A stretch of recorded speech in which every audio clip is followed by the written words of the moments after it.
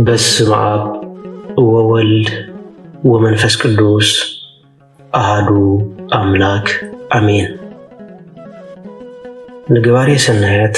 መሐርን አምላኽ አብኡ ንጎይታናን አምላኽናን መድኃኒናን ኢየሱስ ክርስቶስ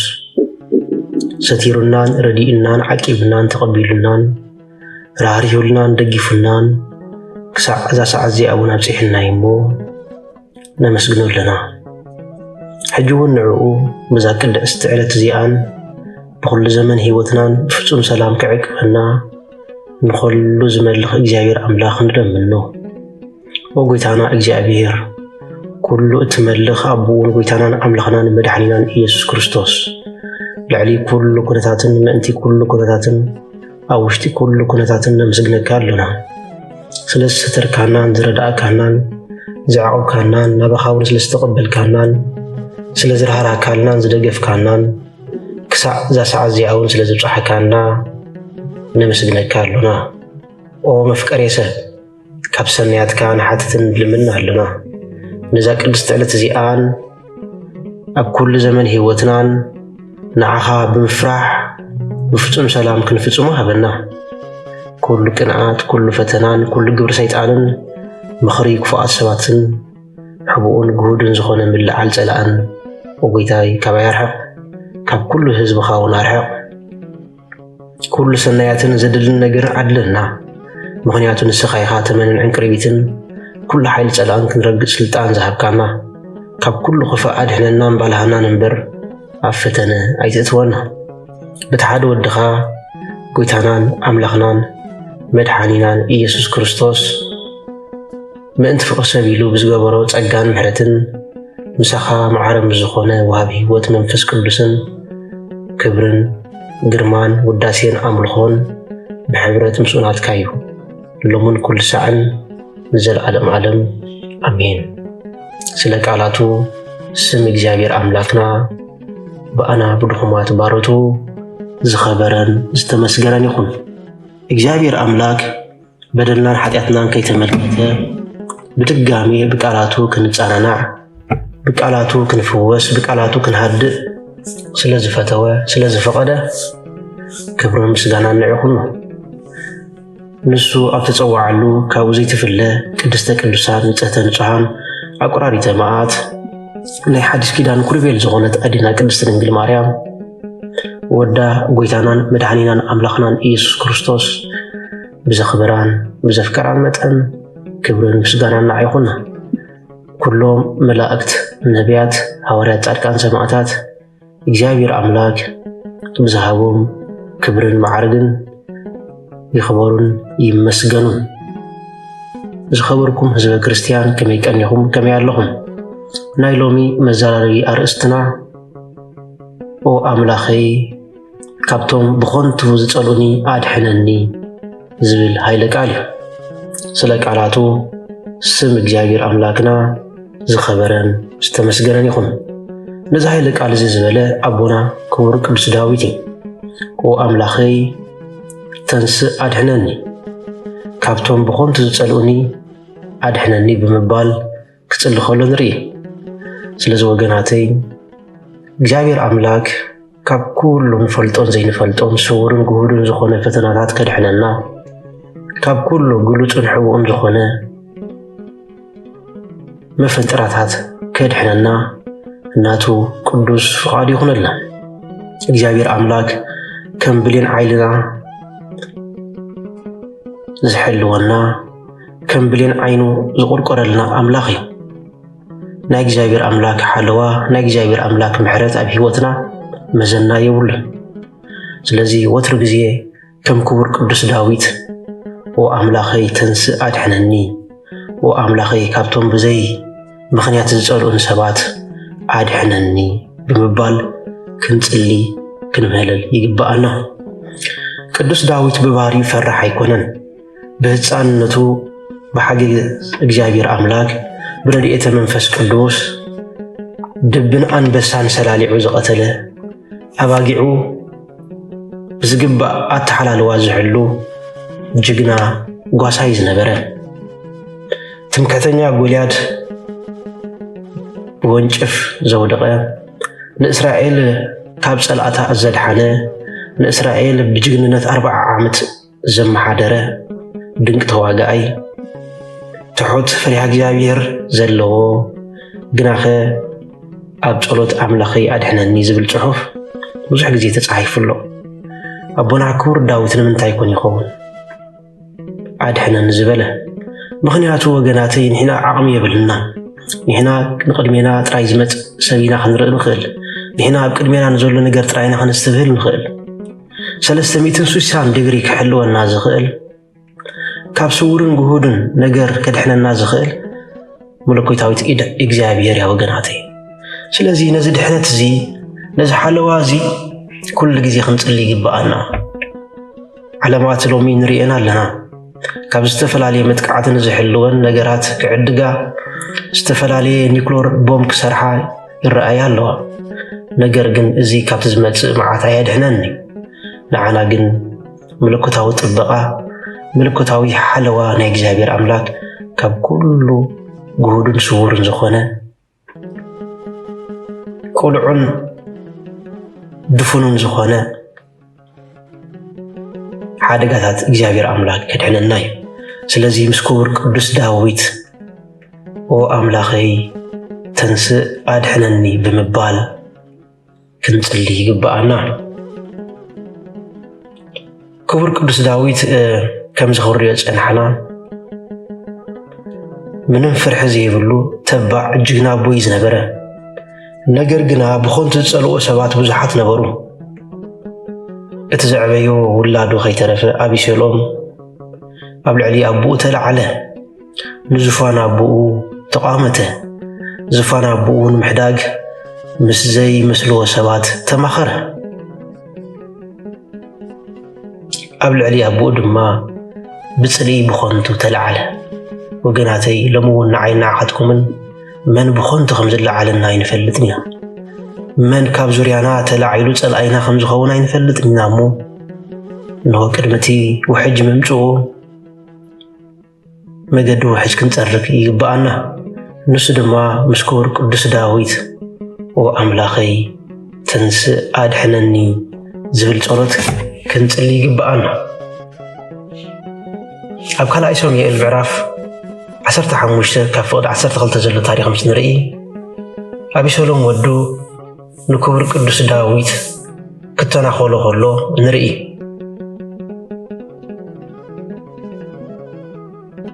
አቢሴሎም ወዱ ንኣቦኡ ዳዊት ክሳብ ጥራይ እግሩ ዝሃድም ከም ዝገበሮ ታሪኽ ይነግረና ክቡር ዳዊት ግን ካብ ምጽላይ ሓሊፉ ዝገበሮ ነገር ኣይነበረን ኣብ መዝሙረ ዳዊት ምዕራፍ 121 ፍቕዲ 1 ከም ዝብል ሃይለ ቃል ኣሎ ናባኽራን እጥምት ኣለኹ ረድኤተይ ካበይ ኮን ዝመጸኒ ረድኤተይሲ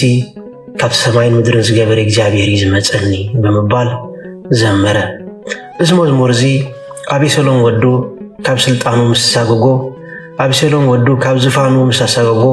ዝጸለዮ ጸሎት እዩ ከምኡውን ኣብ ደብረ ዘይቲ ኮይኑ ዝጸለየ ጸሎት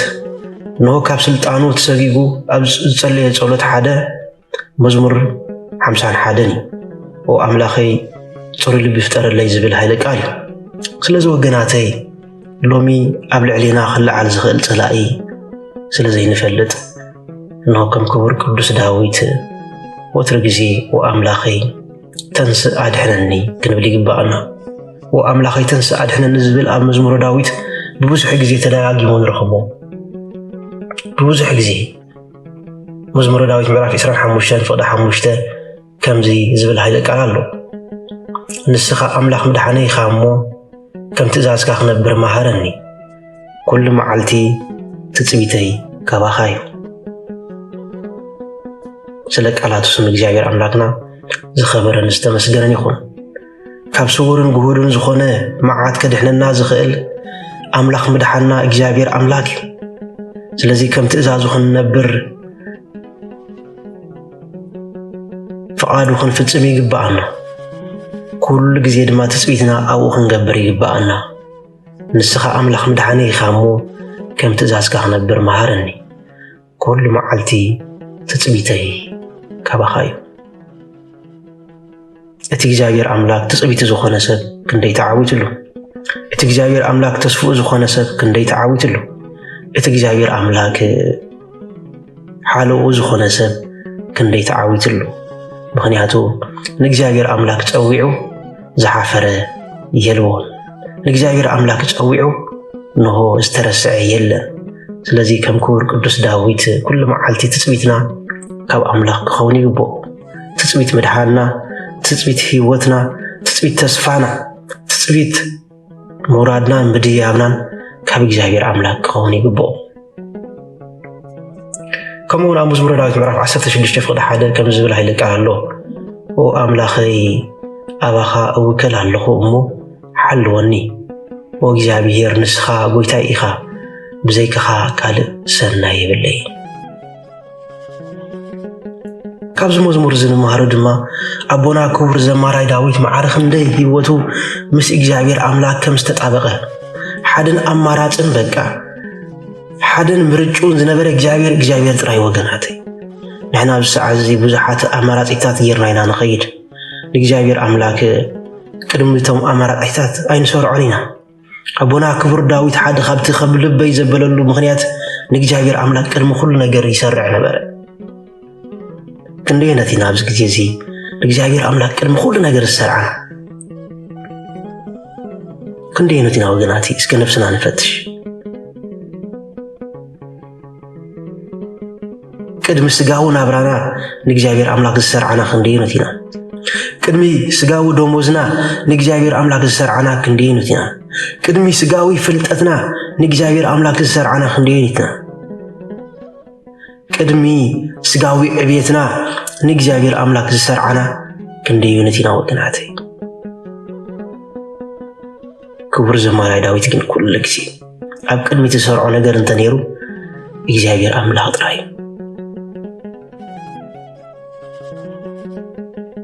ኦ አምላኸይ ኣባኻ እውከል ኣለኹ እሞ ሓልወኒ ኦ እግዚአብሔር ንስኻ ጎይታይ ኢኻ ብዘይካኻ ካልእ ሰናይ የብለይን ሕጂ እውን እንተኾነ ወገናተይ ኣነ ንስኻትኩምን ክንደግሞ ዝግብኣና ጸሎት ኣነ ንስኻትኩምን ክንብሎ ዝግብኣና ኃይለ ቃል እዚ ኃይለ ቃል እዚ ክንደይ ኣዝዩ ይምቅር ወገናተይ ኣቦና ክቡር ዘማራይ ዳዊት ልበ አምላክ ዝተባለሉ ምኽንያት በዚ ወገናተይ ኣዝዩ ንእግዚአብሔር አምላክ ናይ እግዚአብሔር አምላክ ዙፋን ዝኹዕ ቃላት ብምጥቃም ስውር ልቢ ብምጥቃም ንእግዚአብሔር አምላክ ልቡ ክረኽቦ ከኣለ ንእግዚአብሔር አምላክ ከሸንፎ ክስዕሮ ከኣለ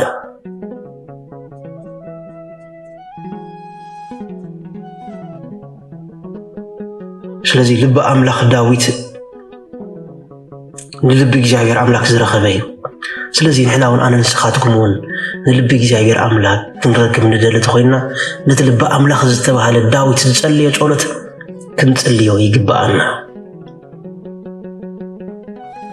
ማዕረ ክንደይ ኣብ ህይወትና ለውጢ ከም ዘምጽእ ማዕረ ክንደይ ኣብ ጥዕናና ለውጢ ከም ዘምጽእ ድማ ብጋህዲ ክንምስክር ኢና ከመይ እዘን ቃላት እዚኣተን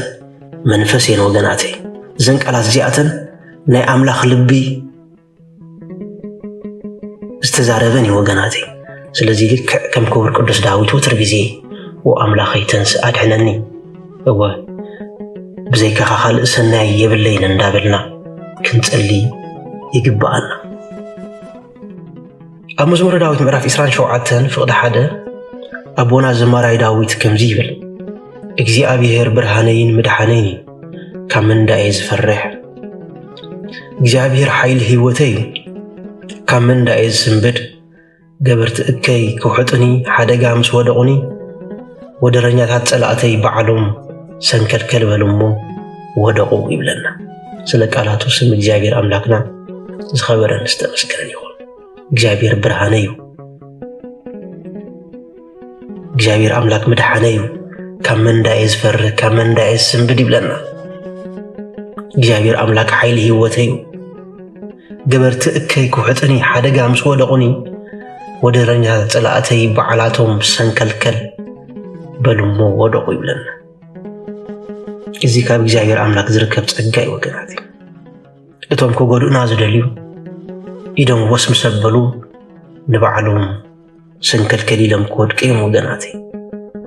ስለዚ ከም ክቡር ቅዱስ ዳዊት ኣብ ህይወትና እግዚአብሔር አምላክ ነቀድም ዝኾነ ንገብሮ ነገር እግዚአብሔር አምላክ ይሕጉሶ ዲ ኣይሕጉሶን ብምባል ክንፈልጥ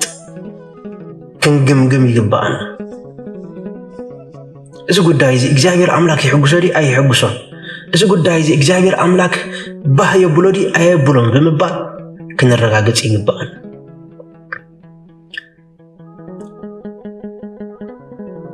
አፈወርቅ እስተሰመየ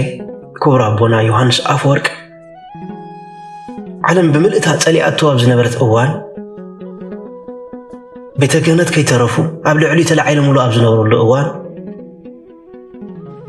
ንግስቲ ናይታ ከተማ ናይ ቁስጥንጥንያ ናይታ ሃገር ከይተረፈት ተላዒላትሉ ኣብ ዝነበረት እዋን ሓደ ሕቶ ንነፍሱ ሓተተ نهم نمنتاي زغل ህዝብ ጸልኢኒ ንምንታይ በይነ ይኮነ ኣለኹ ንምንታይ ዝኹሉ ግፍዒ ይወርደንሉ ብምባል ነፍሱ ሓተተ ሽዑ ድማ ሓደ ሕቶ ይመጺሉ እዚ ብምግባረይሲ ንሰብ ድየ ዘሕጉስ ዘለኹስ ወይስ ንእግዚአብሔር ዝብል ስለዚ ነገራትና ጽቡቕ ኣሎ ድን የሎን ክንመሚ እንኽእለሉ ሕቶ እዚ ሕቶ እዚ እዚ ዝገብረ ዘለኹ ነገር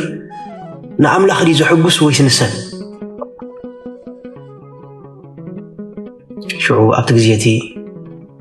ኣቦና ክቡር ዮሐንስ አፈወርቅ ዝተመለሰሉ መልሲ እንታይ ነይሩ እወ ከምቲ ኤልያስ ኣብ ቅድሚ ብዙሓት ናይ ሓሶትን ኣማልኽቲ ጠጠው ብምባል ዝመስከረ በይኑ ዝቆመ ሕጂ እውን ኣነ በይነ ቀይሞ ኣለኹ ብምባል ተጸናንዐ ከምቲ ዮሐንስ መጥመቅ ኣብ ቅድሚ ንጉስ ሄሮዶስ ጠጠው ዝበለ በይኑ ሕጂ እውን በይነ ይጠጠው ኢለ ኣለኹ ብምባል ብዛዕባ ናይ ገዛእ ርእሱ ህይወት ብዛዕባ ንኣምላኽ ምሕጓስን ዘይምሕጓስን ሕቶ ንህይወቱ መለሰላ ስለዚ ወገናተይ ንመን ንሕጉስ ኣለና ዝብል ሕቶ ኣብ ህይወትና ክመጽእ ይግብኦ ሽዓብቲ ግዜቲ ኣቦና ክቡር ዮሐንስ አፈወርቅ ንእግዚአብሔር አምላክ ይሕጉስ ካብሃለኹስ እዚ መከራ ዝወርደን ዘለውን ንዓይ ጥራይ ኣይኮነን ምክንያቱ ቅድሚ ሕጂ ንእግዚአብሔር አምላክ ዝተኸተሉ ንእግዚአብሔር አምላክ ዝሰዓቡ ቅዱሳን ኩሎም በይኖም እዮም ነይሮም በይኖም ንነገስታት ሰዓሩ በይኖም ንሃዛብ ሰዓሩ በይኖም ንሓድቲ ሰዓሩ በይኖም ንበላዓቲ ሰብ ሰዓሩ በይኖም ንዓመፅቲ ሰዓሩ ስለዚ በይነይ ብምህላወይ ክኹርዓኒ ደኣ እምበር ከፍርሓኒ ኣይግብኦን ብምባል ብሰማዕትነቱ ክሳብ መወዳእታ ግዜ ፈጸመ ክብሪ ንኣምላኽ ሃበ ብትብዓት ድማ ንእግዚአብሔር አምላክ መስከረ ስለዚ ወገናተይ ኣብ ህይወትና ንመን ንሕጉስ ከም ዘለና ክንግንዘብ ይግባአና ሕጂ እውን ኣቦና ዘማራይ ዳዊት ስለ ምድሓን ኣምላኽ ከምዚ ይብል ኣብ መዝሙረ ዳዊት ምዕራፍ 3 ካብ ፍቕዲ 7 ክሳብ 8 ኦ እግዚአብሔር ተንስእ ኦ ኣምላኸይ ኣድሕነኒ ንመንጋጋ ኩሎም ጸላእተይ ሰበሮ ነስናን ክፉኣት ሰባት እውን ድቆሱ ብድሓን ካብ እግዚአብሔር እዩ ዝመጽእ ኦ እግዚአብሔር ንህዝብኻ ባርኽ ስለ ቃላቱ ስም እግዚአብሔር ኣምላክና ዝኸበረን ዝተመስገነን ይኹን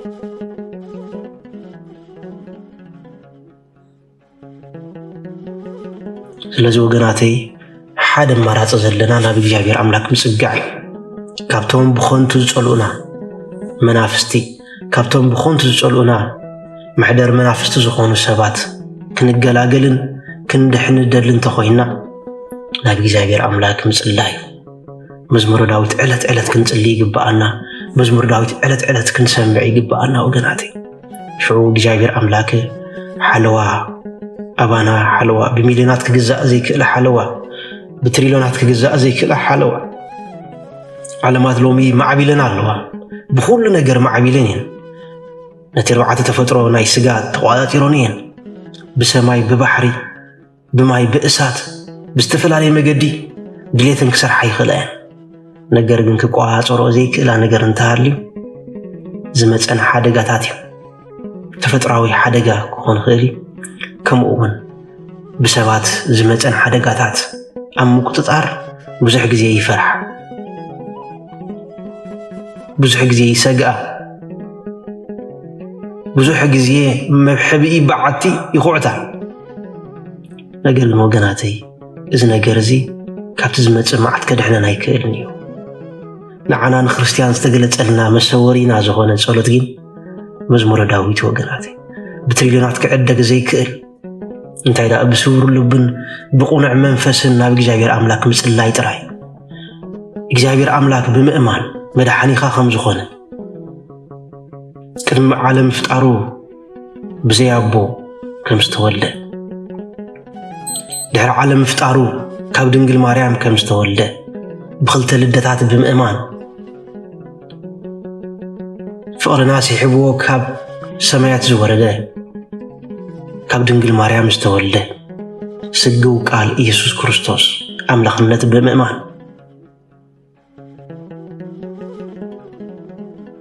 ኖ መለኮታዊ ምስጢራቱ ብምፍጻም ካብ ኩሉ ዝመፀካ ሓደጋታት ካብ ኩሉ ዝመፀካ ዘይሓሰብካዮ ፈተናታት ከድሕነካ ዝኽእል ናይ እግዚአብሔር ኣምላክ ሓይሊ ወገነይ ስለዚ ናብ እግዚአብሔር ኣምላክ ተመለስ እሞ ብንጹህ ልቦና ጸልይ ኣብ መዝሙረ ዳዊት ምዕራፍ 69 ፍቅዲ 4 ናይዚ ትምህርትና እዚ ኣርእስትና ጌርና ኣልዒልናያ ዘለና ብኾንቱ ዝጸልኡኒ ብዙሓት እዮም እሞ ኣድሕነን ዝብል ኃይለ ቃል ክንርኢ ኢና ከምዚ ይብል ብኾንቱ ዝጸልኡኒ ካብ ፀጉሪ ርእሰይ ይበዝሑ ጸላእተይ ብሓሶት ይኽፍኡኒ ክቐትሉኒ ዝደልዩ ሓያላት እዮም እረ ዘይ ኸተርክዎ ክምልስ እኳ ግዲ ይኮነኒ እዋን ኣቦና ዘማራይ ዳዊት ብኾንቱ ዝጸልኡ ኣዝዮም ብዙሓት ከም ዝነበሩ ብሓሶት ዝኽፍኡ ኣዝዮም ብዙሓት ከም ዝነበሩ ክቐትልዎ ዝደልዩን ሓያላት ከም ዝነበሩ ይነግረና ዘይከተሮ ነገር ዘይከተሮ ዘይወረሶ ነገር ንኽመልስ ድማ ብዙሕ ግዜ ግዲ ኾነኒ ይብል ኣብ መዝሙረ ዳዊት ምዕራፍ 69 ፍቅዲ 4 ስለዚ ወገናተይ ካብቶም ዘይንፈልጦም ካብቶም ብሕቡእ መከራ ዘልዕሉልና ካብቶም ብሕቡእ ኩናት ዘልዕሉልና ካብቶም ብሕቡእ ሴራ ዝኣልሙልና ክንድሕነሉ ንኽእል ጸሎት እንተሃልዩ እዚ ጸሎት እዚ ወኣምላኸይ ተንስእ ኣድሕነኒ ብኾንቱ ዝጸልኡኒ ካብ ፀጉሪ ርእሰይ ይበዝሑ ጸላእተይ ብሓሶት ይኽፍኡኒ ክቐትሉኒ ዝደልዩ ሓያላት እዮም እረ ዘይከተርክዎ ክመልስ እኳ ግዲ ይኮነኒ ብምባል ከም ክቡር ቅዱስ ዳዊት ክንጽሊ ይግባአና ከምቲ ኣቐዲምና ዝረኣናዮ ኣቤሰሎም ወዱ ብዘይ ምኽንያት ነብኡ ክቡር ዳዊት ጸልኦ ክቡር ዳዊት ንወዱ ኣቤሰሎም ብሕንቃቕን ብምቾትን የዕብይዎ ኣቤሰሎም ኣብ ቤተ መንግስቲ ዓብዩ ብምቾት ህይወት ዓብዩ ወገናተይ ነገር ግን ኣቤሰሎም ብኽፉኣት ሰባት ተመሪሑ ብኽፉእ ናይ መንፈስ ምኽሪ ተመሪሑ ኣብ ልዕሊ ኣብ ናይ ኣቦኡ ዙፋን ክዕምፅ ጀመረ ናይ ኣቤሰሎም ናይ ምኽባር ናይ ዝና ሸውሃቱ ኣዝዩ ስለ ዝዓበየ ኣብ ልዕሊ ኣቦኡ ክቡር ቅዱስ ዳዊት ውግእ ክኸፍት ተዳለወ ኣማኽርቲ ኣቤሰሎም ዝኾኑ ሳሚ ወልደ ጌራ ኣኪጦፌል ቅዱስ ዳዊት ወላ ሓደ ከይገበሮም ኣብ ልዕሊ ቅዱስ ዳዊት ተላዕሉ ከምቲ ኣስቆሮታዊ ይሁዳ ኣብ ልዕሊ እቲ ንጹህ ዝኾነ ክርስቶስ ኣምላኽና ንሆ ኣኽቢሩ ሓዋርያ ገይሩ ዝሾሞ ንሆ ኣኽቢሩ ተሓዝመ ሓፉዳ ገይሩ ዝሾሞ ክርስቶስ ኣብ ልዕሊኡ ብኾንቱ ተላዓለ ልክዕ ከምዚ ድማ ወዱ ኣቤሰሎም ኣብ ልዕሊ እቲ ንጹህ ዝኾነ ኣቦኡ ክቡር ዳዊት ተላዓለ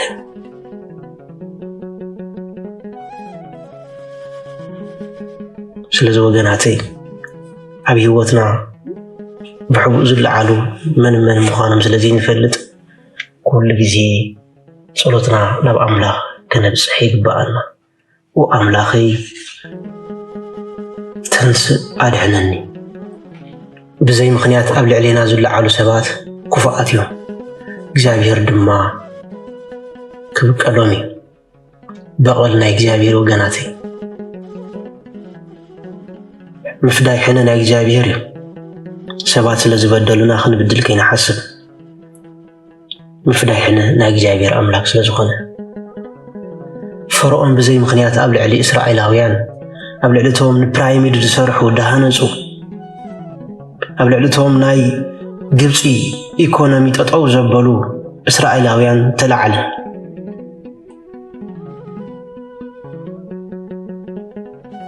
ቁጥሮም በዚሑ ክዕብሉልና ስለ ዝኾኑ ገና ከይሰጎሙ እንከለዉ ከነጥፍኦም ኣለና ብምባል ህፃናት ክቐትል ጀመረ፣ ክጭፍጭፍ ጀመረ። ስለዚ ወገናተይ እቶም ብኾንቱ ኣብ ልዕሊና ዝለዓሉ ነገስታት ይኹኑ ውልቀ ሰባት ኣዝዮም ጨካናት እዮም። ብዘይ ምኽንያት እዮም ዝጸልኡና፣ ብዘይ ምኽንያት። ስለዚ ካብ ዝኸድሕናና ዝኽእል ነገር እንተሃልዩ ናይ እግዚኣብሔር ኣምላክ ሓለዋ ጥራይ፣ ናይ እግዚኣብሔር ኣምላክ ረድኤት ጥራይ ወገናተይ። ወኣምላኸይ ተንስእ ኣድሕነኒ እንዳበልና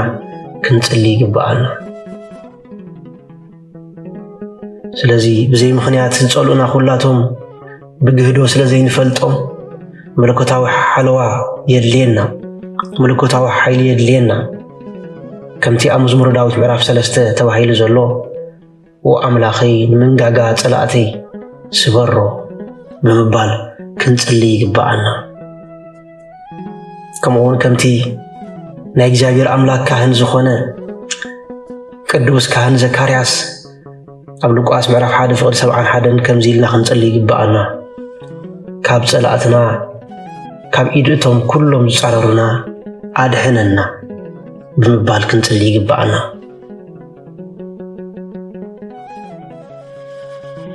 ምክንያቱ ድሕነት ዝርከብ ሓይሊ ዝርከብ ብርትዐ ዝርከብ መዋጽኦ ዝርከብ ካብ እግዚኣብሔር ኣምላክ ስለ ዝኾነ ኦ ኣምላኸይ ካብ ዝፈልጦን ዘይፈልጦን ስውርን ግሁድን ዝኾነ ምልዓል ጸላኢ ፈተነ ጸላኢ ካብቶም ብኾንቱ ዝጸልኡን ሰባትን ኦ ኣምላኸይ ኣድሕነኒ። ዘማራይ ዳዊት ኣብ መዝሙሩ ንሆ ብኾንቱ ዝጸልኡን ሰባት ይበዝሕለዉ ይብል፣ ኣነ ንሰላም ክሰለፍ ከለኹ ንሶም ኩናት ይእውጁ። ስለዚ ኦ ኣምላኸይ ካብቶም ብኾንቱ ዝጸልኡን ሰባት ኣድሕነኒ ብምባል ክንጽሊ ይግባአና። ወገናተይ ንዝነበረና ግዜ ባሪኹን ቀዲሱን ስለ ዝሃበና ክብርን ምስጋናን ኣምልኾን ውዳሴን ስግደትን